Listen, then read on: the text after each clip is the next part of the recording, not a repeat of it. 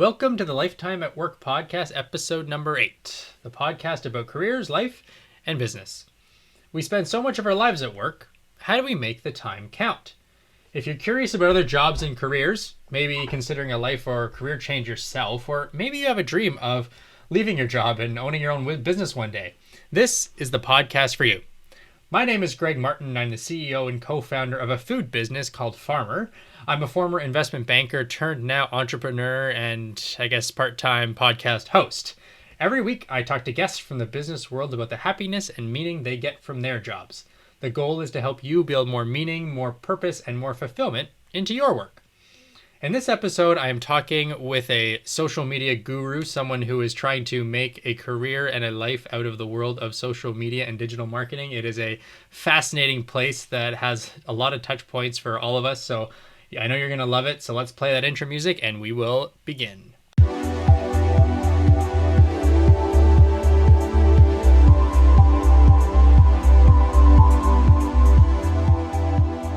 If you're a fan of this podcast, you can head over to lifetimeatwork.com and follow all the past episodes, the current episodes, and the odd little story, YouTube video, or whatever else cool things I have to share with you. You can also find me on Instagram. My handle is gregmartin.work. This episode is brought to you by Farmer Prepared Meals. It is the meal company that I own. We are doing a lot of cool things. We have a whole new menu, and if you're tired of cooking like everyone else, and you want to take a break and you want to let a professional chef make a meal for you, this is kind of the easiest way. It's incredibly affordable. Everything is between $10 and $20, but it feeds 2, 3, 4 people each item. It's really great stuff that our chefs are making right now, and I'm really very proud of it. So if you want to go to farmr.ca, you can find out how you can get delivery across the GTA, really. A lot of cities in and around the GTA. And if you use the promo code IKNOWGREG, IKNOWGREG, you'll get a certain percentage off. It depends on the deal and what's going on, how much we can afford depending on the time. But there will always be a deal there for you. So just use that promo code when you're checking out IKNOWGREG. This week's episode, like I mentioned, is about social media. And I met this person, Ariel, when I was looking for people to help promote the restaurant that I own, Farmer. And how it works is you basically allow an Instagrammer to come to your restaurant, they take some pictures, they get some free food, and they post about it. And this is a thing that happens a lot. I've always been super curious about how you make a living doing that. I mean, it oftentimes really isn't a living. It is just a hobby on the side. But Ariel is unique in that she was doing this as part of her job and actually making money doing it. But now she's actually gone in a lot in doing some of her own things on social media, and I've been sort of following her and curious about what she's doing. She gets, thousands of more followers every week, and I don't understand it. I don't really get social media totally. I've had my own reservations about it just in terms of posting, and like we kind of mentioned in this interview, I think some of that comes just with my personal shyness and hesitation to put myself out there, especially when it's to anyone and it's so public and it's so just, I think, easy to get.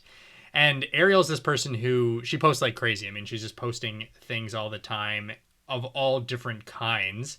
And her life really is about social media. Her real job where she makes money, or I shouldn't call it real job, but her traditional job, I should say, where she makes money. And then now her passion job, which is running a bunch of different social media accounts and trying to really create a business. She's going to talk about how this is what she wants to do for a living, is run this as her primary business. And it's just a cool world that I don't really know about. And I think a lot of times we can dismiss how important social media is to our current society. And so we get into a lot of that stuff here.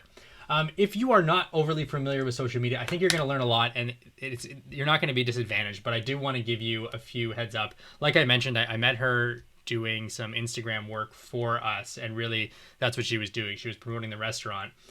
Ariel has a business degree from the University of BC, and she studied marketing there. And so she has kind of the traditional background. But what she does now is far from traditional, I think I have to say. She's right now on Instagram, which if you're not familiar with it, you'll have to Google it. I can't explain that. But we also talk a lot about TikTok, which you may not know, and I'm not overly familiar with TikTok I'm pretty new to it, but it is really just a place where you can go to see really quick videos, one or after another. You just sort of swipe and you see another video. And so we talk about that. It's a little bit like Instagram in that people post things, but this is purely video based, and it's a new platform that is really kind of taking off, and a lot of people in the social media world have been talking about more and more, and I just got on. So with all that preamble, I hope that you have everything that you need to sort of take advantage of this episode and my great interview about the social media world and how you can make money and love it and hate it, coming up right now with Ariel Niu. Ariel, welcome to the Lifetime at Work podcast. Appreciate you joining.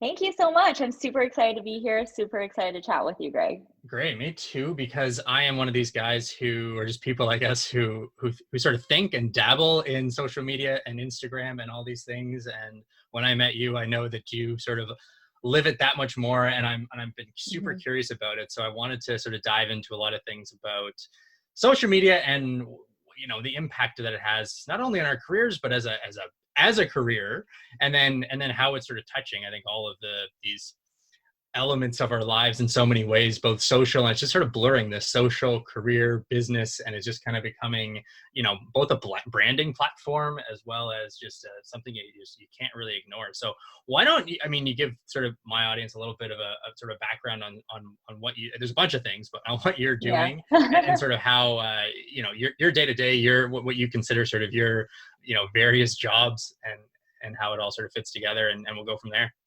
For sure. Thank you so much. First of all, I'm honored to be a guest. So thank you so much for having me. But yeah, pretty much like what you said, my life is social media surrounds a lot of aspects of my life. Basically, my career is in digital marketing. I went to university for marketing, and in the past 10 years, I've been in the digital marketing world. I was specializing in email marketing and SMS marketing as a niche, but in the last few years, I started to explore a lot more of my own creative passions. And now I feel like my professional, like my career life, and my personal passions and projects are starting to blend, and it is all within this digital space. So in my day job, I'm still doing digital marketing. I'm a digital marketing consultant. Still, my expertise is still in email marketing, marketing automation, SMS marketing, kind of more technical aspects of digital marketing, I would say. Right. But for my passion projects, I do blogging on Instagram, and I also do vlogs. And right now I think my biggest channel is TikTok. Actually, I do a lot of self-development videos on TikTok, and I'll speak more to it. But I feel like that channel right now, what I'm doing there is really touching the ultimate deeper desires I have, and blending what I can envision my creative passions and professional passions coming together, how it can come together. So yeah. And then on Instagram, I do a mix of lifestyle blogging, but I also feature a lot of businesses, and that also drives me because I love, that's how we connected. For example, like seeing local businesses, seeing their what they're doing, and then trying to highlight them in a unique way. So I'm, helping my own channel to grow, but I'm also supporting businesses I love, which makes me really happy. Yeah, and that's how we met. And I, running a restaurant, it became clear to me at some point there that you just had to be on Instagram, and I personally had to learn more about it. And Instagram was the main one. I mean, there's the other platforms as well, but and I think it then led me to just being on Instagram. You get messages as a business owner all the time for people who are trying to. Some are just trying to get free food, and others are legitimately trying to sort of help your business and understand it, and trying to, I think, use their follower base to For sure. I think give them good content, and inform them about what's going on in the world, but then also help you as a business. But I felt like you were probably the most professional person that I met, as you were actually approached it as this. There was a lot of people who were doing it on the side, I felt like, in a way where it really felt like on the side they would sort of message you, and then you wouldn't hear from them for 2 weeks, and then you'd all of a sudden sort of hear them. Is it becoming like that much more, I think, this is a little bit more of a job, or does it still feel like a hobby to you in terms of all Right. the you know, the non sort of your day job specific stuff that you're doing? Yeah. I have so much to say with what you just said there. But first of all, honestly, first of all, thank you. I'm so glad to hear that, because to be honest, especially when we first connected, when I first featured Farmer, it was a very, very side thing, because I was I kind of glossed over like what I'm doing with my blogging, but we kind of connected through Toronto Date Ideas, and that's an account I also help with, support with, featuring businesses such as Farmer, and that was like on the side of my blogging as well, because I have my own feed, and I also featured you on my feed, but it was very much on the side for me. Yeah. However, I think it's like it was less so, at least for me, it's less so about like what the capacity of this project, like how much it's taking, like how I'm prioritizing it in my life, or like what, you know, whether it's a side job or my main job or my primary. I'm not, I don't view it as that, because with any relationship I build, and with any feature I take on or collaboration I take on, I'm going to be genuine and present with that, no matter the size or type of project it is. And I feel like that should be the sentiment most bloggers should take.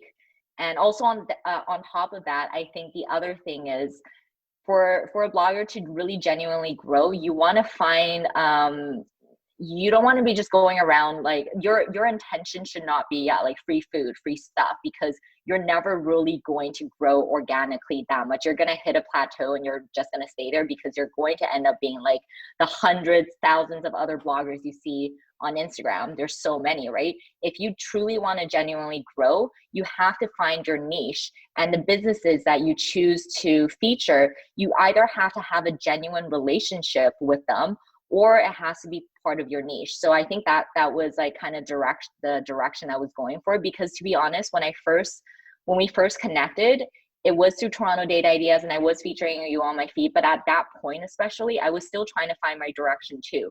So for me, I was just trying to make genuine relationships, and once I do decide to collaborate with someone, I'm going to make sure that it's done well, and I'm going to treat it very professionally, whether it's a small feature or a bit large feature. So I think that definitely helps with the results as well, and the relationship on both ends. And then Yeah, like and maybe we should talk just about sort of the stats and the reach of things. I mean, I think Toronto Date Ideas, I was just checking, is something like 70,000 followers. I think you're up to in your own account something like 10.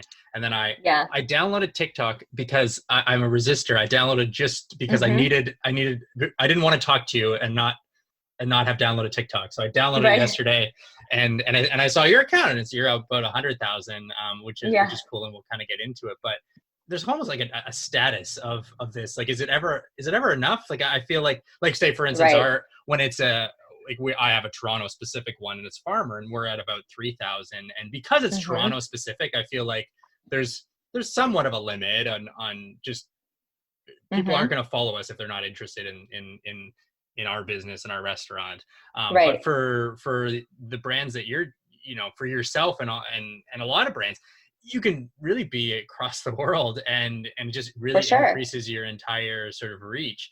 Do you obsess about the number of followers? Is it just inevitable that you have to? Because like we still do, even though we're at 3,000, it's always like, how do you get more? How do you get more? How do you get more? For sure. Great question. I mean, it's inevitable, as you said. I definitely think about the followers, but again, I don't think that's my main goal. I try, and then this is something I learned, because so with my Instagram followers and with my TikTok followers, and I think you probably noticed too, I actually jumped, like I grew exponentially this year with my Instagram, and it was because of I think it's actually my reels. So Instagram came out with like a very similar feature as TikTok, and I'm posting a lot of my self-development videos on Instagram now through TikTok, and that's how I'm really growing right now. But my point there is just, when I was still trying to find my direction, my niche on Instagram, I did go through a time period where I was really similar to other bloggers, where I was like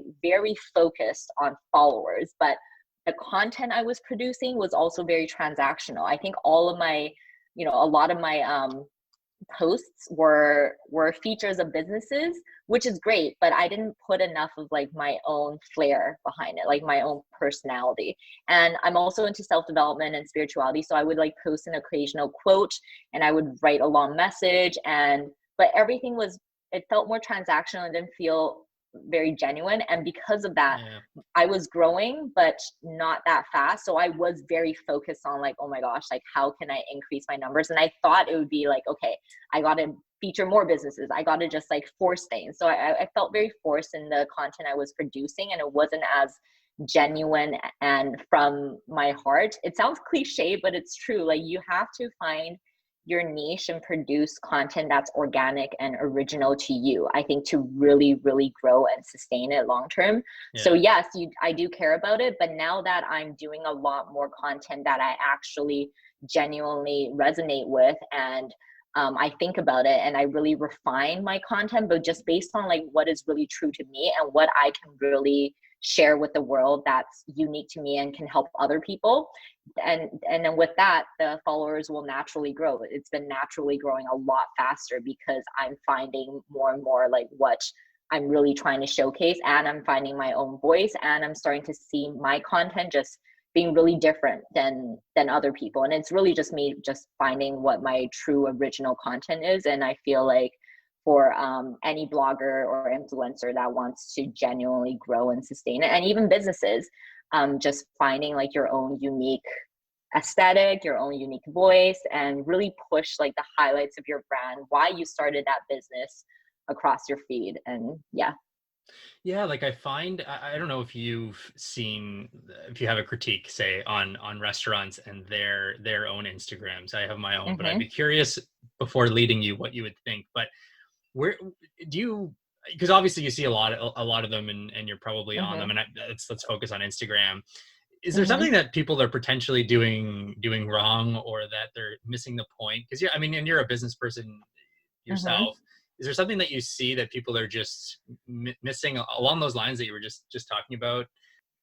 That's a good question. I would, I have to think about what they're doing wrong, because when you asked that, my mind went to more so the other way around, like what I find unique about certain restaurants and certain businesses doing. Can I Yeah, answer that first? Because that might sure. like help me. Yeah, Okay. and I'll lead you with what I think it is, but you Okay, go. okay, Yeah, you go. Yeah, maybe you can trigger some other thoughts in me. But I was just gonna say I actually really appreciate it when businesses like restaurants or like retail stores, when they actually post uh things like more lifestyle content and more applicable content to relatable content for everyday livings, and that's not yeah, always all promotional. So sometimes I see restaurants post like recipes, and sometimes I see like retail stores post like, like how to use their products, like top tips on using their products. So it's more lifestyle content, and it's also going to help with like engagement. People will save it because it's actually applicable to their life, and it's not right. very like promotional. So that type of content I feel like helps businesses stand out. So I guess like to answer your initial question, when businesses post too many promotional posts, especially one after the other, I've actually had to unfollow some of the Right. restaurants and businesses I featured, because some of them would actually post like 5-6 times a day. So they have like Right.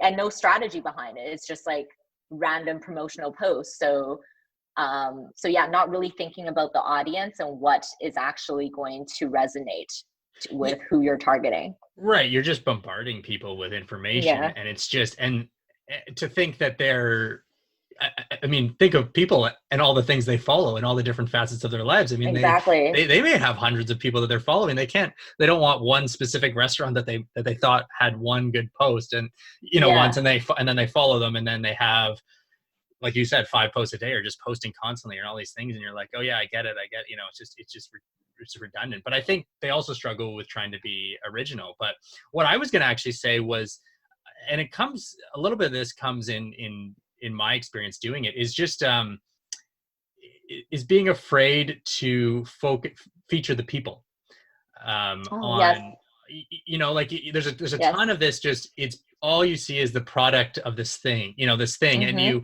Mhm. struggle to see how you can interact with a person or Mhm. who's made this thing or who are the people Yes. behind it, and there's just this Yes. hesitation I think that people have.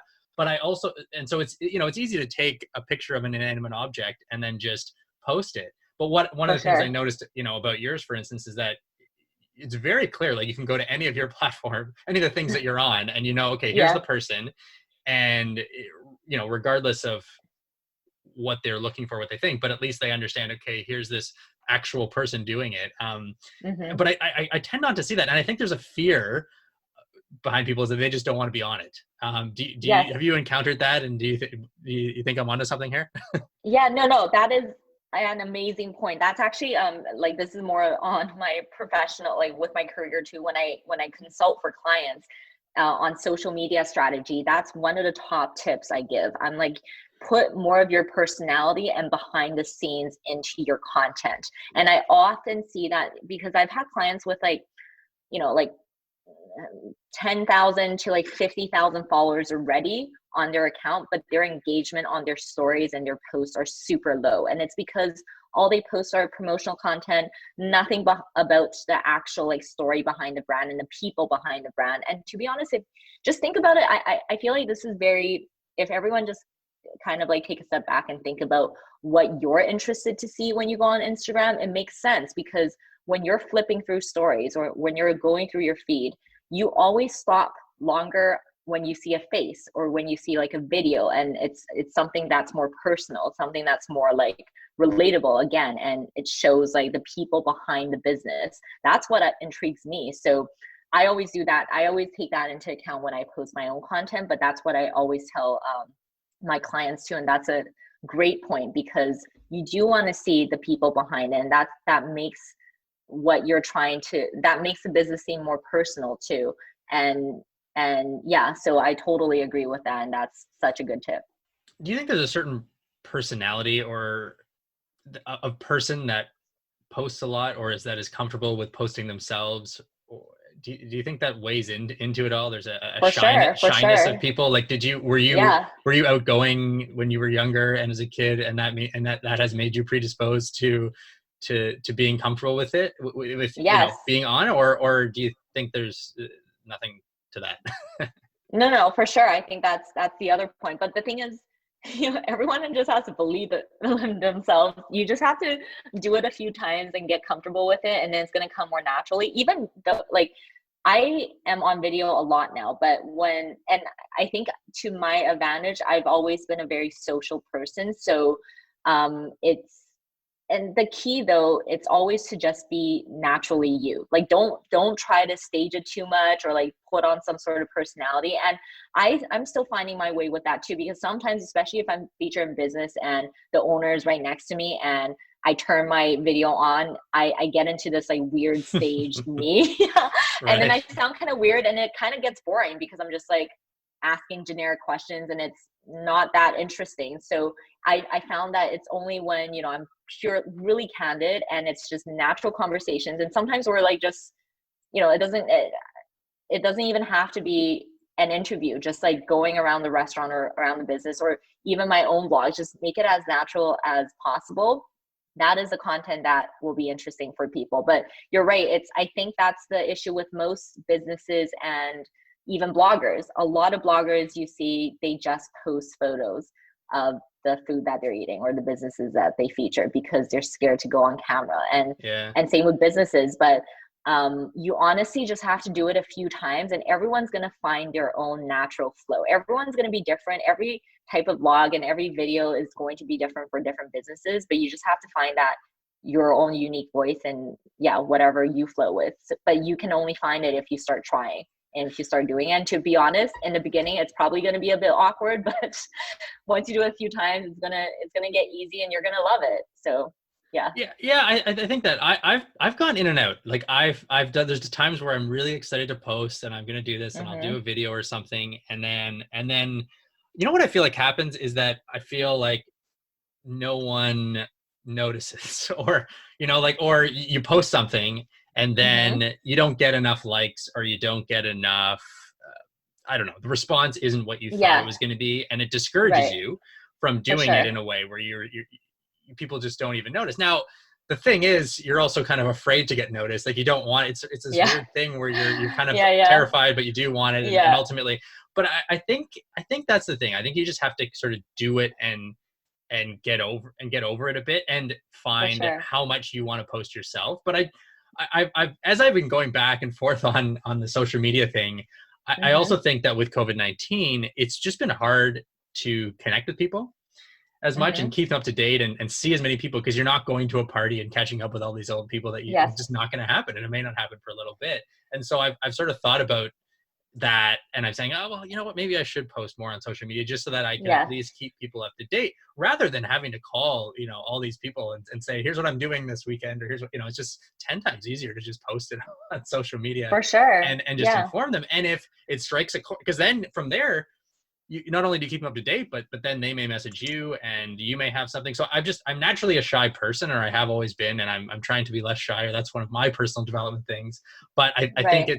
it's been helping me, I think, to post a little bit more, to sort of get out there. And I've had to for, like, you launch a podcast, okay, you've got to tell the world, otherwise no one's Yeah. going to Yeah. listen. And so Yeah. you've had to do it. But same with the restaurant, I'm finding, we kind of need to get out there. And I think that was one of the critiques that I've had sort of on our Instagram, is that we haven't had enough people on it, just Mm-hmm. showing, explaining what we're doing and all that. So For sure. that's what I'm sort of working on now, is kind of getting out there a little bit more. Yeah, yeah, for sure. I think though, on your note on this year, especially like COVID times, it's obviously such a challenging year, but like if you notice, the attention and the world is changing in general. And the thing is, this is such an opportunity. I know so many businesses are struggling, and I definitely get that. It's very challenging, but social media is in the hands of everyone now, and this is how anyone can become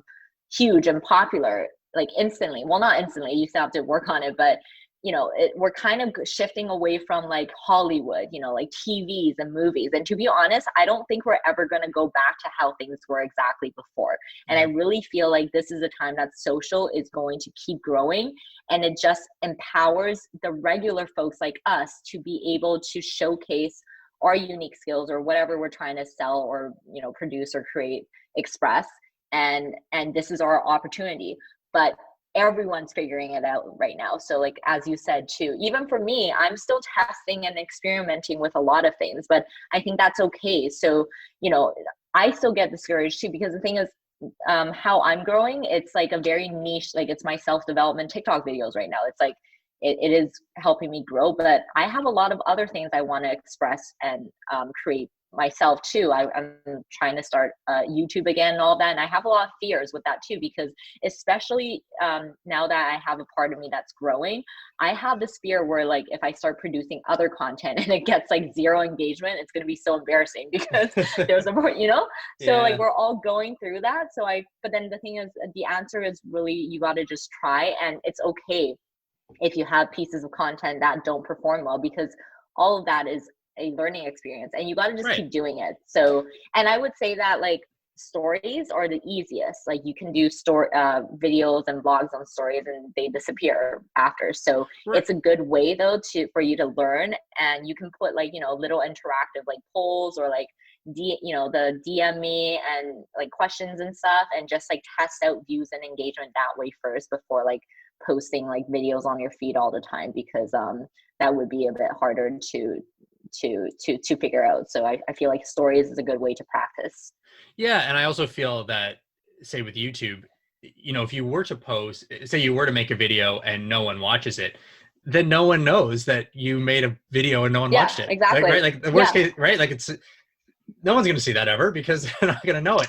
You will know it in your exactly. head, but in theory, you've had the experience of doing it, and you got better being in front of the camera, and you got to talk about Yeah. this thing. You have it in the future if you want to look back on it. So that happened to me. I did post a couple things on YouTube and no one watched really, relatively, and then I got Mhm. discouraged. And so, but Mhm. I'm working on taking another kick at kick at the can and doing it, because I want some of the things that I want on there that I think I just want to document. Like it's just nice to have a document. I thought, we started our restaurant in 2017, and like we just did a Mm-hmm. terrible job at taking pictures and taking video, and it was my dream to own a restaurant and do all these things, and I don't have it Yeah, yeah, documented. Like it was just, I was too afraid to post about it and make, yeah. you're busy working on things and you don't end up Right. documenting it, and you just feel at the end, you're like, oh man, I really wish we had done more of this and more of that, Well, it's and not too made more late. video, right? Exactly. And Yeah, that's my yeah, attitude now. It's like, well, you can't do anything about the past, but at least I can start now and start for sure, documenting it and sharing it. And I think other people are interested in it too, because they ask for lots of sure. questions, and so Yeah. you're fine. Yeah. So I want to shift to monetizing these things, and Mm-hmm. how, so you get a following on one of the platforms, whether it be Instagram or Facebook, and a lot of people have turned this into a job. Like I know there's people who have quit their day jobs and are now, Mm-hmm. 100% focused on, whether it be Instagram. I don't know enough people on TikTok, but on Mm-hmm. Instagram, and maybe they're promoting other businesses, or maybe they're doing whatever. But how do you monetize these things? For sure. And honestly, that's my ultimate goal right now too. Yeah. I want to, I don't know, because I spent so many years in my education, my career so far, maybe I don't want to fully give it up eventually, but I do want what I'm doing on Instagram and TikTok and hopefully YouTube soon to be my main source of income eventually. So that's also where I'm headed to right now. Currently, I so there's a couple different ways you can monetize, and I feel like for most bloggers and influencers, they do know like the most basic way is sponsorship. So like if you collaborate with other businesses and you're featuring them on your feed, then you can obviously negotiate paid partnerships. So that's definitely, I think, how you start off. And then the more followers obviously you have, the more you can negotiate for the paid partnerships. And that's mainly for Instagram. For TikTok, similar right now as well. TikTok, they actually haven't found, they haven't, I think they're trying to figure out a way to help creators monetize better. So they're trying to like create a plan there, but that hasn't been done yet. So I do know that all the influencers on TikTok right now is also through paid partnerships with brands. But YouTube has like the creator a platform where once you reach a certain number of, I think it's actually 1,000. I think you can start monetizing by 1,000 subscribers, and it's basically you join I suddenly forgot the name of the program, but it's like their creator partner platform thing. Right. Yeah. Yeah. Um, Yeah, I know yeah, what you're and talking then about. Yeah. Just yeah, so that when your videos go up, you can generate revenue from the kind of the ad dollars, right? it's I think it's both ad dollars, but also your just views, impressions. So Oh, YouTube okay. has, yeah, it has a program where that's why I'm really like, I want to get back on YouTube, because to me personally, I think the most sustainable platform out of all of them right now, the most sustainable in an organic way would be YouTube, because Right. you can, once you find your niche and once you have a steady system going of content and you're getting views and you have a following, you can just make money off of your own content. Like as long as you have a lot of views, as long as you have subscribers, that's one way to monetize. And then you can, I think, like you can layer in ads, and then there's different ways you can continue to monetize. But at the basis, you don't actually need to have sponsorships or collaborations and make it really transactional. It'll just be your own organic content and based on the engagement you get from that. So that's the great part about YouTube. And I think TikTok is trying to find something similar with that too. Right. So hopefully that happens, because again, I have a good following on TikTok, so that would be great for me.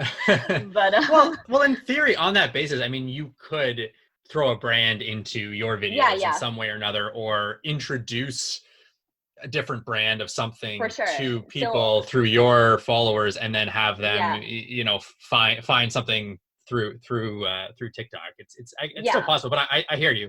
In my day of being on TikTok, I agree. It seems a bit harder, not as Hmm. maybe thought out. It's more about what they're trying to do now. I think it seems more about getting people having a great experience on there and getting people on the platform. But Yeah. And then I think on that note, I am a little bit more careful with TikTok just because I'm very used to doing collaborations on Instagram. And the thing is, I think a lot of people go to Instagram for inspiration on like new services, new products are yeah, cool, or new restaurants they can try. It's like it's a known thing there. But with TikTok, I've actually been approached many times by many businesses and services already, and I've done a few, but because it's, I know you just downloaded it, but start scrolling, because the reason why I love TikTok is I really think it's the ultimate creative social media platform right now, and it hasn't been really tainted yet. It's very organic, and the right, algorithm is great at showing you what you like. And the interesting thing about TikTok versus Instagram is when you go on Instagram and you open your Instagram, you will naturally look at your feed, and your feed is going to be full of people you already follow. So it's more inclusive of like people you chose to follow already, and you're used to seeing the same content from the same people. However, with TikTok, when you open it, they show you the explore feed first, and that's where it's called the For You page, and yeah, that's where you spend more of your time, and it's discovery. It's good because it's not just showing you like random content. The algorithm is great at showing you what you would like based on your past engagement on other videos. However, it's always showing you like new creators, new type of content, but following the algorithm so it's still in your niche. So that's why I love it, because it's more expansive. It's showing you, it's giving creators opportunities to showcase themselves. And whereas I feel Instagram is more transactional. Now they're trying to change things through Reels, but I personally I feel like Reels is honestly just a rip off of TikTok. I'm still right, using Reels, so like I don't want Instagram hearing this from me, but like yeah, I do think Instagram sees that from TikTok, and they're trying to replicate it. But my point was just because TikTok is so organic, and I really feel like all the creators there, obviously there's a lot of people that are just like copying trends and trying to get big on TikTok too, but so many people I see on TikTok, they're really just trying to showcase their unique skill set. So for me, because I'm growing really fast, but I'm still experimenting myself and really trying to like help my audience understand who I am and what I'm capable of and what I'm trying to showcase and what I'm teaching them. I don't want to start scattering in too many sponsored posts and features and all that while I'm still like on this, trajectory for myself. So yeah. I'm trying to find that balance. I'm gonna pick and choose what's and I want to only uh feature brands or businesses and products that are under this niche where I can kind of bake into what I'm trying to do on TikTok. So yeah. Gotcha.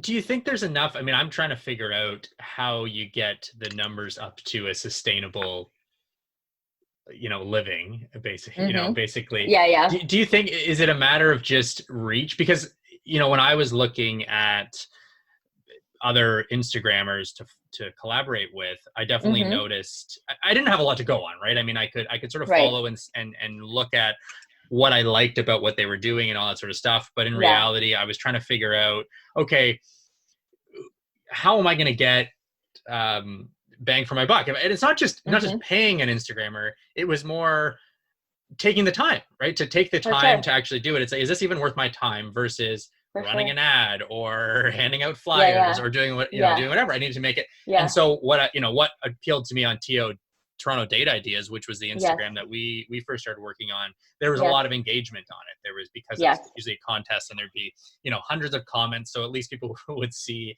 But I think of all the ones that we did, we also probably got the most followers Mm-hmm. from doing that.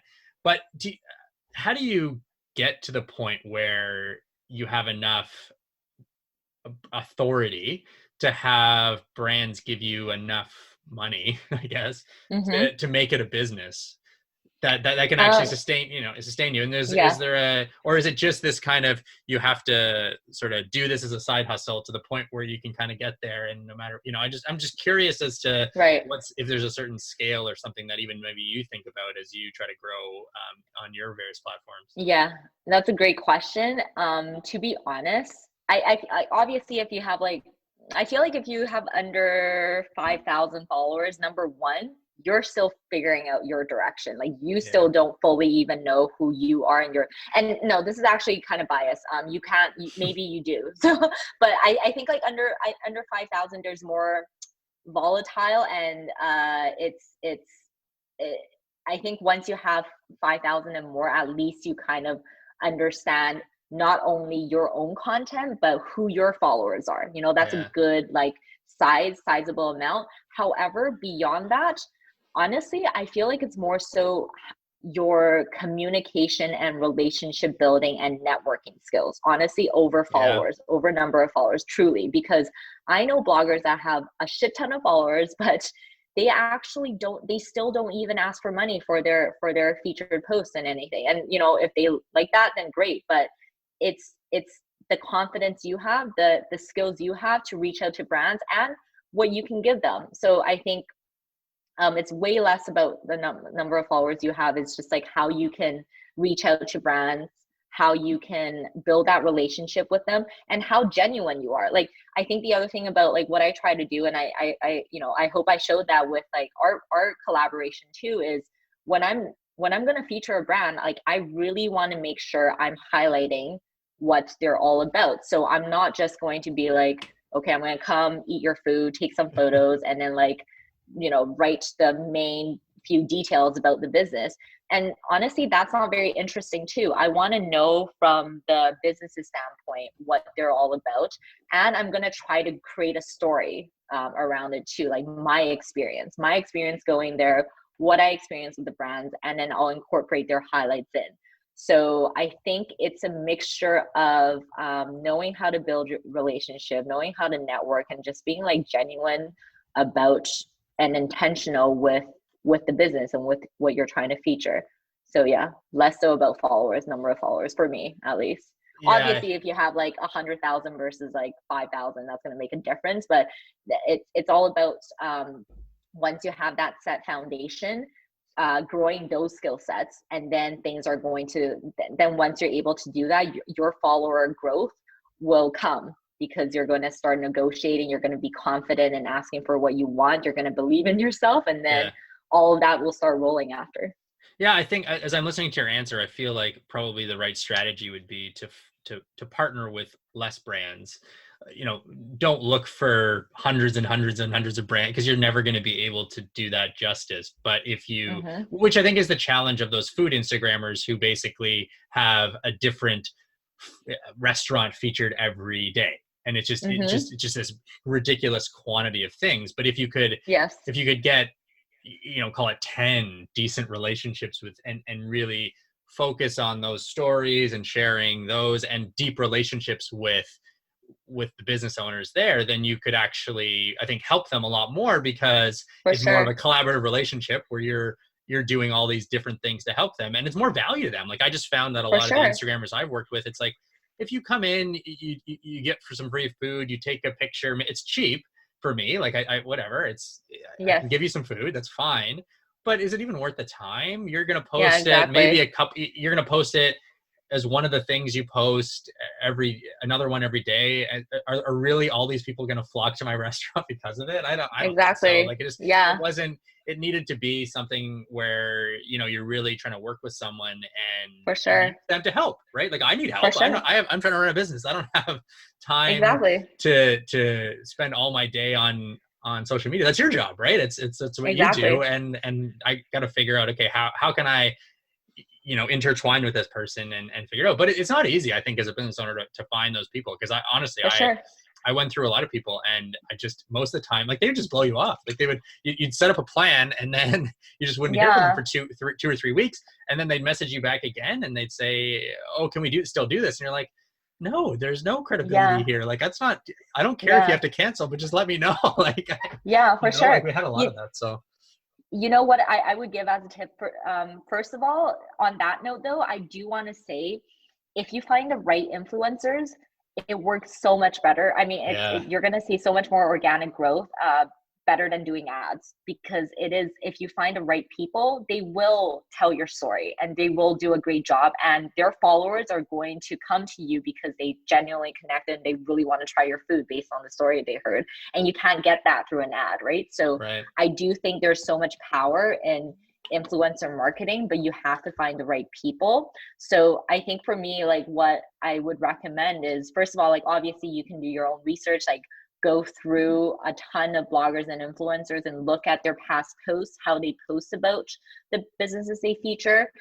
Look through their stories, like how they, you know, what they're doing on a day-to-day before agreeing to doing that collaboration with them. But the other good tip I have, because this is just because this is something I do myself personally, and I do think it works very well, is once you have worked with a great influencer, ask them who else they know, because influencers have a True. huge network of other influencers that they are friends with and they network with. And if you're a good influencer, you're a good person, and you likely will know other that's going to be your circle. So I've actually worked with a lot of businesses, and then I built a great relationship with the business. And then this wasn't actually my own original idea. It was actually the businesses. A few of them asked me if I knew of anyone else that, you know, are great influencers. And then Yeah. I actually passed over a few. And then I realized this is actually a great tactic, because it's true. Like I know a ton of bloggers and influencers that are like me, where they actually genuinely care.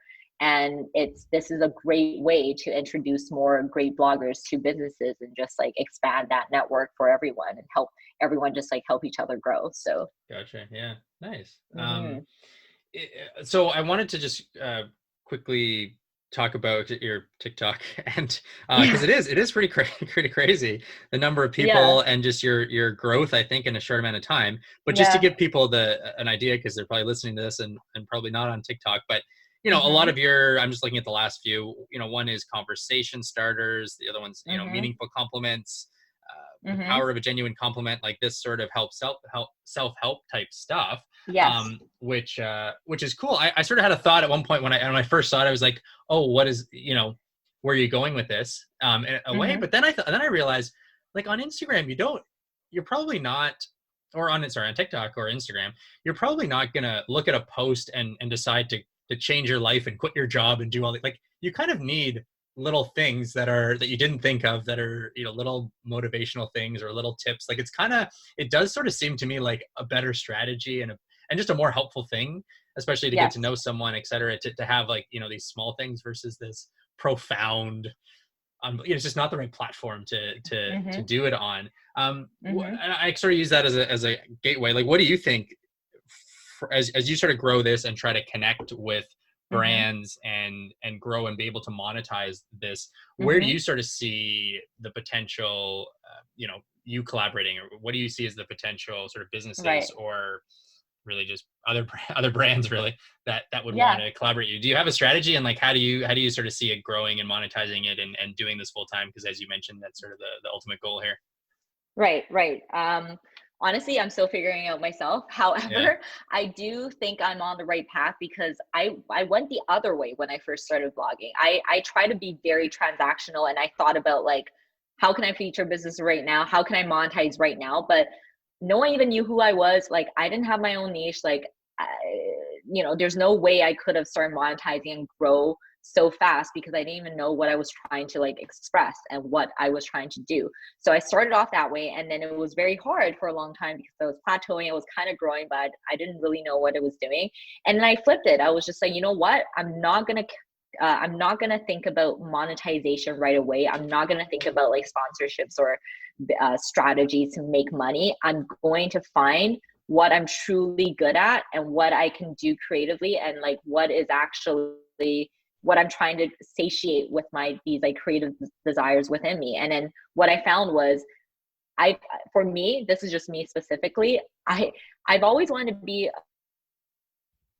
a performer of sorts. Like, I think I've always kind of wanted to be in the entertainment industry. I don't know, Right. as maybe an actor or even just like a host or an interview. I don't know, but some way where I could perform and express myself creatively. But growing up, my mom was like, "That's not sustainable. Go find a real job." All Yeah. that. So I kind of suppressed that, and then after I started blogging on Instagram, I started this path. I was like, that desire within me has never left. So how can I now still do it? But the other thing that came into my life, because I'm quite spiritual, and I'm really into, as you can see from my TikToks, like self-help and self-development. So I was like, Yeah. I also want to do something that can help others. So then with my TikTok videos, I finally found that blend where I'm producing content where I'm helping others, but it's like, if you look through my TikToks, they're like funny, like it's helping me. It's It's almost entertaining, like a, but yeah, it's also entertaining. in an informative way. Yeah, it's kind of what you're going Yes, for, which yeah, exactly. which comes across. And Yeah. then like now that I have all these videos and I'm refining each one, I'm learning more about just how to make videos in general. This is Yeah. almost like a portfolio for me. So Right. to be honest, I don't know exactly where the path is going to lead, but I think that's a good thing, because once you pigeonhole yourself, it's going to just make your road harder. If you can like open yourself up but keep doing something and keep growing organically, but not think too much about like all the nitty gritty details about like monetization and all that, I have faith that I think it's just going to work out how it should. And I'm going to probably be presented different opportunities, and I'm going to have to find my way through it. But this is probably the best way to grow, because you're growing from a place of authenticity and from a place of doing something you truly love. And then naturally, opportunities will come when the time is right to help you monetize and to help you take that next step. So that's Yeah. kind of what I'm doing right now. Yeah. Nice. You mentioned your mom. What do your parents and family sort of think of you and your online social media presence? She flips like back and forth. She's kind of supportive, but then she'll also go into periods where she's like, who like TikTok is like, who cares? Like no one. She's like, I don't know why you're like so.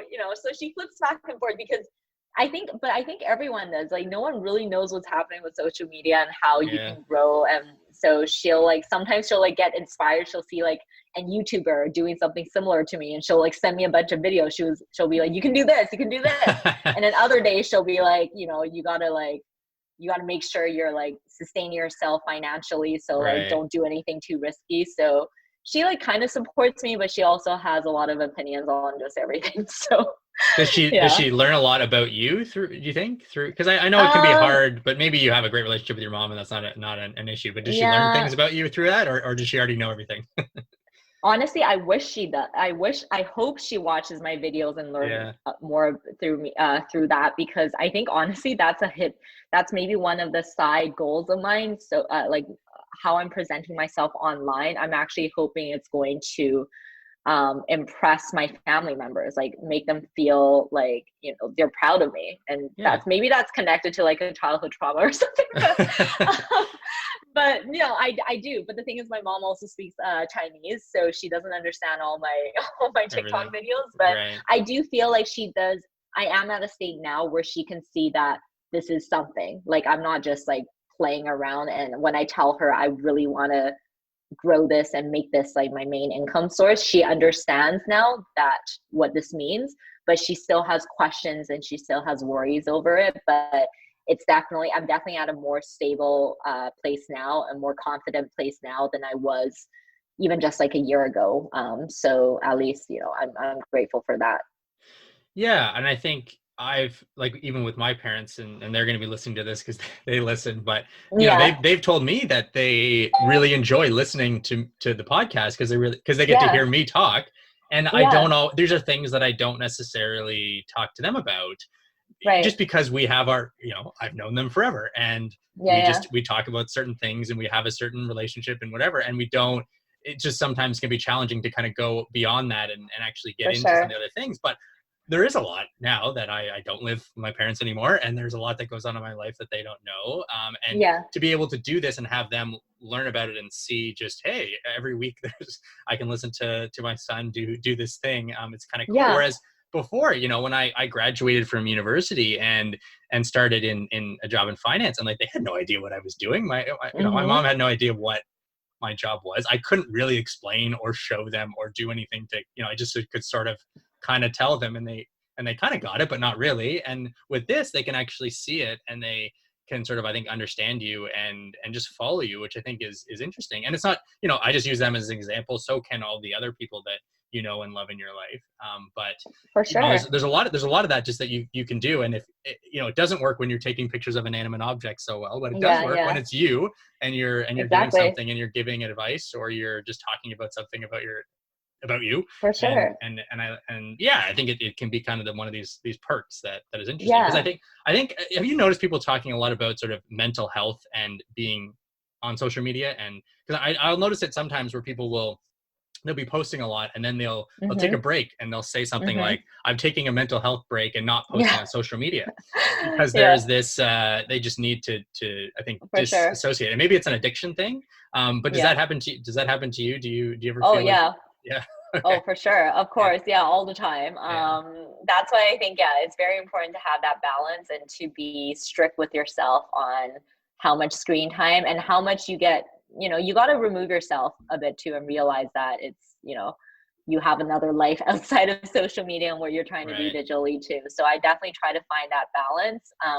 It is hard to like cut it off completely just because it's such a big part of my life in so many aspects, but I do try to find a balance. So I try not to I have like these I give myself I have a morning routine and an evening routine where I try not to look at my phone at all, and then I try not to look at my phone the first thing I do when I wake up. I try to work out, I try to meditate, I try to have time to just myself, because I feel like you don't realize that once you turn on your phone, whether it's a message, whether it's social media, you are letting the external world influence your thoughts right away. So for me, I just try not to get on my phone right away in the mornings, Yeah. and I think at least that helps.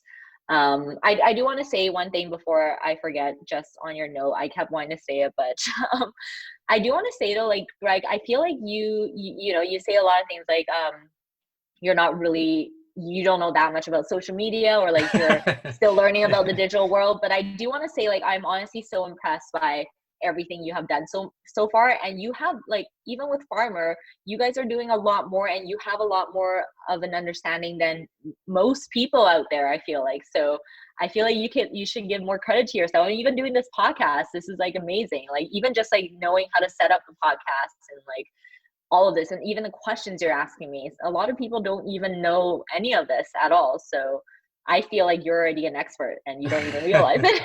Thank you. I have been trying to, but I think one of my things is I always try to keep learning. I can't.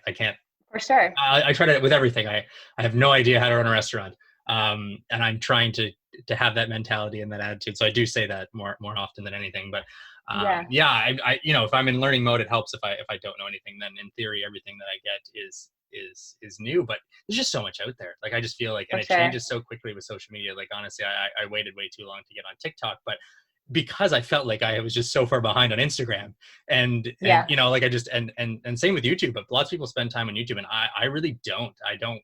I really enjoy television, and Hmm. like shows and all that sort of stuff. And so I watch so much of that when I have free time. I don't actually spend Yeah. time on YouTube, and I also feel like I have no idea what's going on YouTube. So I've been Yeah. starting to sort of make more of an effort to spend more time on it, just because I want to know for our business and just me personally, and just I don't know. I feel like it's a thing in the world going on, and I should sort of know about it. So it's just that curiosity, I guess, that more than anything Yeah, else. So, for sure. but And thank it's you, it's thank you. yeah, of course. But it's good to always have that like learning mentality where you want to keep learning. That's me too. I feel like Yeah, I always want to be a student, or else what's the point of life, right? So exactly. I think yeah. I think that's it. You're trying to grow, and it's the spiritual part. But yeah, if you're trying to grow, you need to be learning. That's the whole the best way to grow, Mhm. really, as a person, and that is to learn and to yeah, I don't know, try to take away from people what you can, and the world what you can, because For you're never sure. gonna know it all. So Yeah, it's um just finding that balance. Keep learning, but also really just like giving yourself credit where it deserves too. And I feel like I you hear can you. give yourself a lot of credit, yeah, for what Okay. you have accomplished so far. Thank you. So we've been chatting for a while, and I'm going to leave you with one more opportunity, just to give any advice to people, the average folk who is probably listening to this, who, do you have any advice from I'll call it a self-help perspective, on how Hmm. being on social media can actually help you and actually improve your mental health, or just improve your something about your life, your happiness, That's a lot of what this podcast is about. Is there anything that comes to mind when I say that? Yeah, for sure. I think from a mental health perspective, I would say be really selective about who you follow. Don't just follow random accounts, and don't I feel like some people follow accounts maybe because they see other people following it, but they actually don't consciously think about how these posts are making them feel. And a lot of time it's actually giving them feelings of like negativity, or like not taking away their self-worth, or feeling like they're not good enough, and it's doing it subconsciously. So I think just be really selective about who you're following, and make sure everything you're following, whether it's on Instagram, TikTok, Facebook, whatever, it's accounts and it's content that makes you feel good and that makes you feel inspired. And if it's not, don't follow them. So Yeah. I think it seems so simple, but a lot of people don't consciously think about that. So I think, yeah, definitely it's just like keeping your mental circle selective and healthy with, and inspiring with what you truly like. Yeah, there's a lot of positive stuff out there if you look for it, right? Mm-hmm. You could, and there's negative stuff as well. So I think Mm-hmm. you can kind of, it's up to you. You can find, unless you're on TikTok. Exactly. I think TikTok decides for you. But if you're on any Yeah. other platform, you decide. So, Yeah, for sure. But yeah, well, but honestly, Greg, check out TikTok. Like, use it for a couple days and then let me know what you think, because I honestly think you're gonna love it. I think I might make a video. I think I might try to do that. Yeah, yeah. And then Yeah. another quick tip is like make videos on TikTok and then upload them into Instagram Reels. Then you're hitting two Yes. birds with one Right, stone. it's the Yes, same thing. It's basically the same yes, video you can do. You might as well get more bang for your buck with that. So, exactly, totally, yes. And exactly. I'm gonna. The reason I mentioned YouTube is um, I'm gonna start posting some YouTube videos that are a little bit, yeah, a little bit longer content. Sort of story type things. So, Right. maybe Me, if you do that too, maybe I'll have you back on the podcast in a little while, and we can yeah, for sure, compare notes on how for we've sure. done on YouTube and what we've learned. So. Yeah, and then we'll subscribe to each other and we'll comment on each other's There videos we to go. at least more, yeah, I got to start supporting each other. somewhere, right? I got to Yeah. start somewhere. So, awesome. Okay. Well, actually, if you just want to plug maybe where you think people should go if they want to see you and follow you, and then that'll be that. Yeah, thank you so much. First of all, thank you so much for having me. I had such a great time talking to you, and I think our conversations really inspired me in some ways too with some of my own content. So I'm just excited to keep going, and I'm also really excited to see your content, Greg, and everything you come up with, because I know you're going to do amazing things. So I'm really excited for that. Thank you. And then for me, myself, my Instagram handle is newviews, NIU.VIEWS. Same with my TikTok. Check me out. And if you search up New Views on YouTube, I do have a channel already. But stay tuned. I will be posting soon. So subscribe anyways first, and then stuff will come soon. You'll know exactly. It'll pop up Yeah. when you do. Awesome. Okay, great. Yeah. Yeah, and I'll on my website, I'll on the episode, I'll link to all that stuff as well Okay. in case anyone can't find it. So appreciate. Okay. Thank you so much, Ariel. And yeah, I will keep in touch on Yeah. social media. Okay. Sounds Thanks. great. Thank you Great. so much again, Greg. Okay. Yeah. Bye. Bye. And so there you have it, an episode on social media and everything you wanted to know. I would say that my takeaways from this are a lot to do with the idea that none of it is really figured out, though there are some people definitely making money on social media and doing it as a job. There are even more people who are in and around it, kind of making money or close to making a living and money, but not quite have figured it out. But there is so much influence, and there's so much that we see and do and communicate with people on social media and Instagram and all these platforms, that there is something powerful there. And there is this way that for a business that you can communicate your brand and what you're about, and just something that connects with people that you just don't have the possibility to do with anything else or any other platform. And I think that's the really interesting and cool thing about it. So you'll see me, I've been posting a lot more on social media. If you go to lifetimeatwork.com, you can sort of connect with me and all the places that I'm doing it. But again, like I mentioned at the very beginning and in the intro, I'm a shy person, and it's been hard for me to fully go into it. But I'm also finding that being locked up with COVID-19 and just everyone being very reserved and not being able to see each other, I think that social media is sort of saving some of that. And I have needed to connect with people, and some of the way I'm doing that is not only through this podcast, but also with social media. So not only does it have a place for business, I think, but it clearly has a huge place for us in just connecting with people, whether that be, socially, for your business, or whatever it might be. So I will link to on the website and the show notes how you can see what Ariel is up to, what you can see what I'm up to.